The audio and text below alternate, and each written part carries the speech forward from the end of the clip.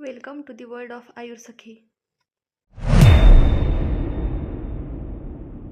यात पुष्यानक चूर्ण या कल्पाच्या घटक द्रव्यांची ट्रिक विशेष रत्नावली प्रदर यामध्ये याचं वर्णन करण्यात आलेलं आहे. आता यामध्ये पाठा को गैरी की दरवी से मोच आई, लज्जा करते हुए इंद्र के पास गया, अर्जुन लोध्र द्राक्षा के बीज फूल मल को रक्त कमल के साथ, पाषाण पर मस्त कूटकर विष निकाला और मधु सुमरी में घुस गई.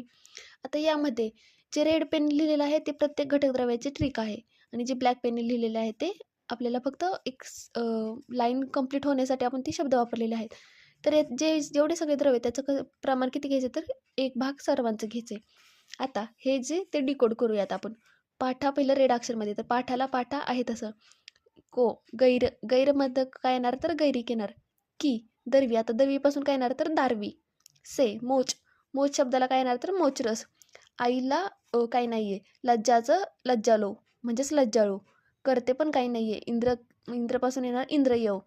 के पास गया, अर्जुन लोध्रला अर्जुन लोध्र आहे तसं. ने द्राक्षाचं द्राक्षा. के बीज, आता बीजमध्ये इथं काय येणार तर आम्रबीज आणि जंबूबीज दोन प्रकारचे बीज आहेत.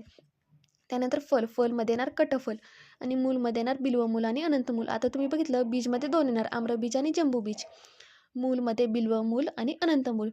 परत काय को रक्तकमल, आता रक्त आणि कमल दोन वेगवेगळे करायचे. रक्तमध्ये रक्तचंदन, कमलमध्ये कमल केशर. केस आतमध्ये काय येणार नाही. त्यानंतर पुढचा शब्द आहे पाषाण, पाषाणचं येणार पाषाणभेद. पर मस्तपासून काय येणार तर मुस्ता. कुटकरमध्ये काय येणार तर कुटज. त्यानंतर काय आहे विष निकाला मधलं विषचं येणार अतिविषा. मधूचं एष्टी मधू येणार. त्यानंतर इथं सुमरी में घुस गई, सुपासून येणार शुंठी आणि मरीपासून मरीच. आणि इथं घुसचं दातकी. हा एक मला तुम्ही थोडंफार लक्षात ठेवू शकता, एवढे माहीत झालेत म्हणल्यावरती.